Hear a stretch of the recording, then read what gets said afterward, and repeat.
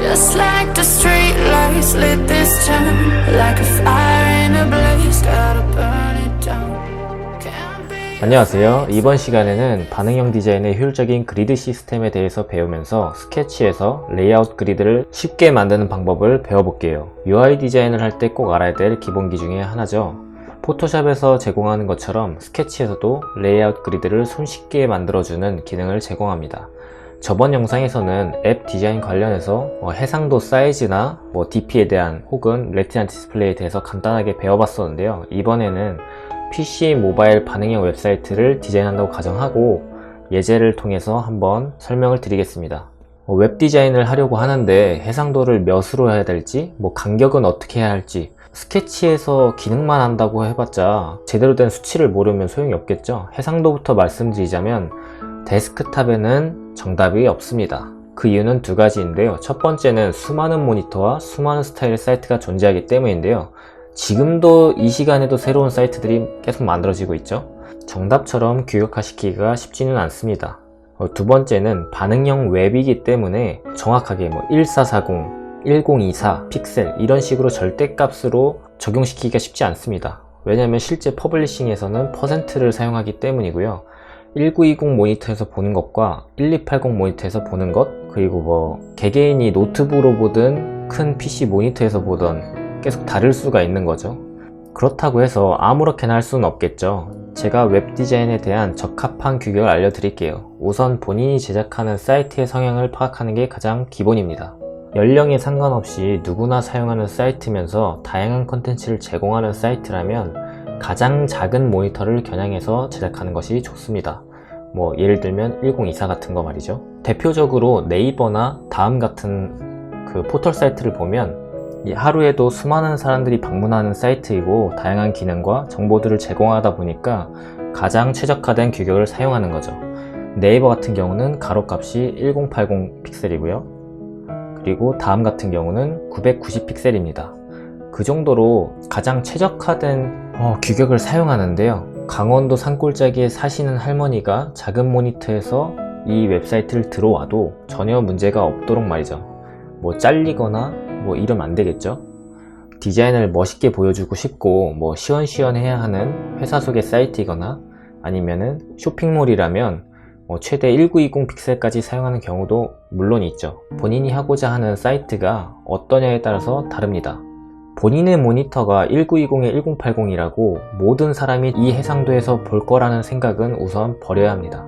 저도 아이맥을 사용하는데 디자이너분들이 가장 실수하는 부분이 바로 이 부분이에요.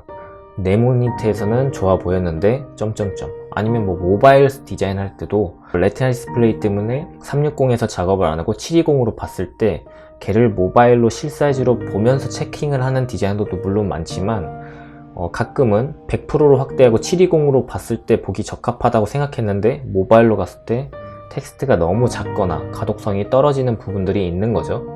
그럼 우리나라 혹은 전 세계적으로 많이 사용하는 그 해상도, 사이트 해상도의 규격의 비중을 알아봐야 더 정확해지겠죠. 여기 사이트에 보시면 해상도별 퍼센트가 나와 있는데요. 지금은 한국 기준으로 데스크탑 스크린 해상도에 대해서 통계가 나와 있습니다. 가장 높은 비중이 1920에 1080이죠. 거의 비중은 비슷비슷한데 독보적으로 1위라고 할 수 있겠습니다. 그렇다고 이 비율로 1920에 1080으로만 꼭 해야 할까요? 아니죠. 이 아래쪽에 있는 것도 굉장히 중요합니다. 퍼센트가 10%라고 해서 무시할 수가 없는 부분이거든요. 가장 낮은 비율이 1280이라고 되어 있습니다. 여기 1280이죠. 되게 제일 낮은데요. 그럴 경우에는 1280을 기준으로 잡은 것이 가장 좋습니다. 예를 들어 1920에 1080이 40%라고 해서 여기에만 최적화를 시킨다면 나머지 60%의 사람들이 볼 때는 보기가 좋지 않겠죠. 너무 텍스트가 작아가지고 글줄이 밀리거나 이미지가 잘리거나 아니면 반응형 처리를 잘못해서 버튼이 화면상에서 잘려서 나갔거나 이런 경우가 있을 수 있겠죠. 그리고 모바일 사이즈도 마찬가지입니다. 아랫부분이 보기가 복잡하다면 위에 부분만 봐도 알 수 있는데요. 1위가 360에 640이죠. 가장 흔한 비율이죠. 여기서도 마찬가지로 큰 것에 맞추는 것이 아니라 작은 것에 맞추는 것입니다. 그리고 아셔야 될 게 컨테이너라는 개념인데요. 컨테이너라는 것은 안에 담기는 내용물의 최대 폭을 말하는데요. 예를 들어 비엔스나 핀터레스트, 드리블, 어워드 이런 사이트들도 컨테이너라는 게 존재합니다. 제가 추천드리는 컨테이너의 폭은 1200 픽셀입니다. 전체 폭은 1920 픽셀로 가되 안에 담기는 내용물의 최대 폭은 컨테이너라고 한다 그랬죠. 1200 픽셀로 가면 좋습니다. 그리고 알아야 될 개념이 있는데요. 레이아웃 그리드를 만들 때는 컬럼과 거터가 있습니다. 디자이너분들이 보는 영상이라고 생각하고 따로 설명 안 드리겠습니다. 그럼 몇 단으로 하는 게 좋을지 추천을 드릴게요. 편집 디자인 했을 때에는 8단, 12단, 16단, 20단 혹은 되게 홀수로 하는 경우도 봤고요. 되게 다양하지만 저는 웹을 기준으로 말씀드리기 때문에 12단을 추천드립니다. 12단으로 해야 하는 이유는 2단, 3단, 4단, 6단으로 나눌 때에도 정수값으로 나오기 때문에 퍼블리싱 할 때도 되게 편리한 거죠. 예를 들어 가로폭을 100%라고 했을 때 2단 레이아웃으로 할 경우에는 12단을 6으로 나누면 2가 되는 거죠. 그러면 100% 중에 50%의 면적을 차지하는 겁니다. 3단 레이아웃을 할 경우에는 4로 나누면 3단이 되는 거고요. 이런 식으로 레이아웃을 다양하게 사용할 수가 있죠. 효율적인 단을 아는 게 가장 중요합니다. 너무 단을 많이 쪼개버리면 반응형에 오히려 취약할 수가 있어요. 특정 분기마다 단을 조절하면 좋은데 저런 식으로 분기점을 태워서 사이트에 그 반응형 포인트를 가져가게 되는 게 되게 애매해지는 거죠. 그렇다면 거터 같은 경우는 어떻게 할까요? 거터는 30픽셀을 추천드립니다. 그 이유는 30픽셀로 했을 때 컬럼 넓이가 아까 제가 말한 컨테이너의 넓이가 1200픽셀로 정한 경우에는 거터를 30픽셀로 하면 한 컬럼당 한 단당 72픽셀이라는 정수로 딱 떨어지게 됩니다. 물론 어디까지나 권장사항이고 20픽셀로 하셔도 되고 10픽셀로 하셔도 됩니다. 본인이 원하는 그리드 시스템을 이용해서 작업하시면 돼요. 대신에 그리드 시스템을 사용하는 습관을 들이셔야 좋은 디자인이 나옵니다. 그리고 퍼블리셔 입장에서도 가이드라인이라는 특정 규칙이 있어야지만 본인이 디자인한 거를 그대로 웹사이트에 코드로 옮겨주는데 더 수월해지는 거죠. 아트보드에 한번 만들어 볼게요. 그리드를 설정하는 건 굉장히 쉬운데요. 아트보드를 선택한 상태에서 뷰에서 레이아웃 세팅을 눌러줍니다. 그러면 레이아웃 세팅하는 창이 뜨게 되는 거죠. 그럼 이 컬럼이 아까 말했던 이 컨테이너 넓이를 정하는데요. 1200픽셀로 정하시고 이 전체 폭은 1920으로 잡아주는 것이 좋습니다. 1920을 최대 맥스 위스라고 정하고 그렇게 되면 옵셋에 360픽셀을 정합니다. 그리고 센터를 눌러주시고요. 컬럼은 몇 단으로 나눌지인데 12단으로 나누겠습니다. 그리고 거터, 단과 단 사이 간격을 30픽셀로 잡아줍니다. 그리고 OK를 누르면 이런 그리드 선이 나오게 되는 거죠. 그러면 네모를 그릴 때에도 단에 이런 식으로 붙게 되거든요. 자석처럼. 제가 아래다가 임시로 한번 만들어 보겠습니다. 여기서 다시 쇼에서 레이아웃 세팅스를 누르면 아까 설정한 값이 있을 거예요. 여기서 필 그리드로 하면은 그리드가 면으로 채워진 걸 볼 수 있고요. 스트로크가 보기 편하다 그러면 스트로크를 체크해 주실 수 있습니다. 이 컬러를 조절할 수도 있고요. 필로 했을 때도 컬러를 조절해 줄 수가 있습니다.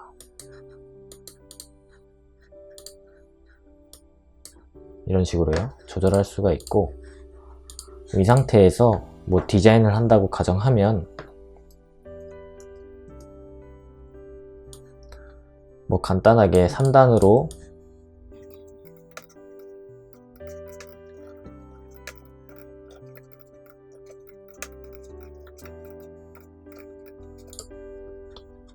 여기서 얘를 끌려면 다시 체크를 해줘도 되는데 단축키는 컨트롤 L입니다. 컨트롤 L 뷰에서 캔버스에 쇼 레이아웃을 보면 컨트롤 L인 걸 볼 수 있죠. 컨트롤 L을 해주시면 됩니다. 이런 식으로 할 수 있고요. 뭐 2단으로 작업하려면 이렇게도 가능하겠죠. 이런 식으로 12단 그리드를 해야 디자인하기가 되게 편합니다. 뭐 여기를 이런 식으로 작업할 수도 있겠죠. 컨트롤 L을 하면 없어지죠. 이런 식으로 그리드를 사용할 수 있습니다. 그럼 모바일 해상도 교육도 한번 알아볼게요. 예전에 아이폰 5나 SE 같은 작은 해상도의 스마트폰에서는 물리적인 해상도가 320 픽셀까지 되는데요. 그 비중이 상당히 없다 보니까 디자인상에서는 가로값이 360 픽셀로 작업하는 것을 추천드립니다. 아이폰 같은 경우는 375 픽셀인데 좌우가 길어져 봤자 몇 픽셀이 늘어나겠어요. 사실 뭐 7픽셀, 7.5 픽셀 이렇게 했는데 그 정도 늘어났다고 해서 사람 눈으로 그렇게 막 해상도가 깨져 보이거나 티가 너무 심하게 난다, 이렇지 않습니다. 전혀 문제가 되지 않아요. 그리고 반응형으로 제작되기 때문에 사실상 360이나 375나 414로 해도 되게 크게 틀어지지 않습니다. 하지만 우리는 시안, 이미지 시안으로 JPG나 PNG 같은 이미지 한 장짜리로 뭐 고객사가 됐던 아니면은 뭐 본인의 서비스든 본인의 서비스를 디자인하던 뭔가 결과물을 하나의 이미지로 보여주기 때문에 거기에 맞는 가장 최적화된 360 픽셀로 작업을 하면 좋습니다. 여기도 마찬가지로 컬럼과 거터에 대한 그 규정을 해야겠죠. 근데 정수로 떨어지는 게 좋잖아요. 그럴 경우에는 360으로 작업을 하고 좌우의 마진을 20씩 잡으면 320으로 컨테이너가 형성이 됩니다. 그럼 컨테이너가 320인 상태에서 컬럼스를 6으로 나누고 거터를 16으로 하면 모든 게 정수로 떨어져요. 그렇기 때문에 굉장히 추천드립니다.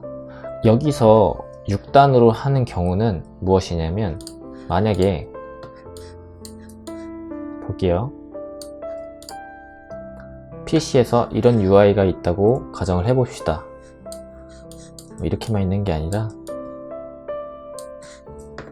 뭐 이런 식으로 컨텐츠가 아래로 쭉 있다고 해볼게요. 블로그 관련된 게. 그럼 여기로 넘어갈 때는 여기가 12단인 게 6단으로 줄었기 때문에 수치에 대한 계산을 좀 정확히 할 필요가 있습니다.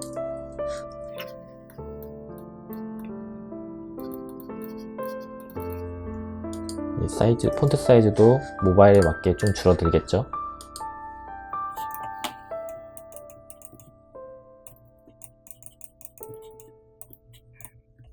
이게 단을 유지해서 그대로 이렇게 넘어온다고 하면 이미지가 너무 콩알만해지고 텍스트 폭이, 지금은 제 제목이라고 적었지만 여기서 이런 제목이 있다고 해볼게요. 그럼 모바일로 이 정도 좁은 폭에 가져오면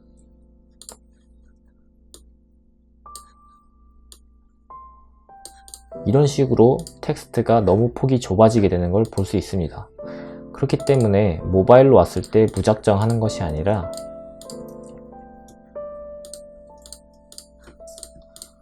그에 맞는 폭을 조절을 해주는 거죠. 여기서는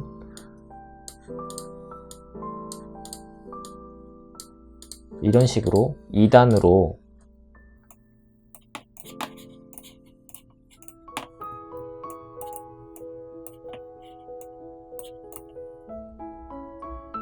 여기서는 3단이었다면 2단으로 작업을 해줄 수가 있겠죠.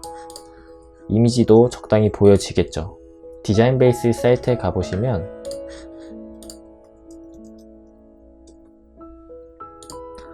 여기서도 모바일로 가볼게요. 모바일로 갔을 때도 2단으로 나뉘는 걸 볼 수가 있죠. 물론 PC에서는 여러 단으로 이런 식으로 제가 만들어 놨지만 여기도 PC에서는 3단 3개가 다 보이게 했지만 모바일 환경에 맞게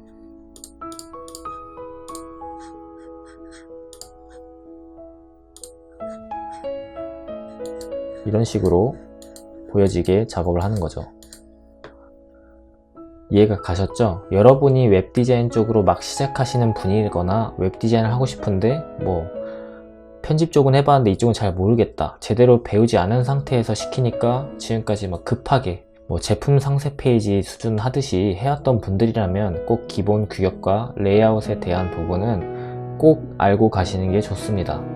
이번에는 사실 스케치에서 레이아웃을 쉽게 만드는 방법을 알려드리려고 했는데, 사실은 그 방법을 알려드리는 것보다 반응형 때 어떻게 그 그리드를 쓰되 그 값에 어떤 수치를 넣는 게 가장 효과적일지 이러한 것들에 대해서 제가 지금까지 공부하면서 느꼈고 프로젝트 하면서 혹은 퍼블리싱 공부를 하면서 느꼈던 노하우들을 같이 전수해 드립니다.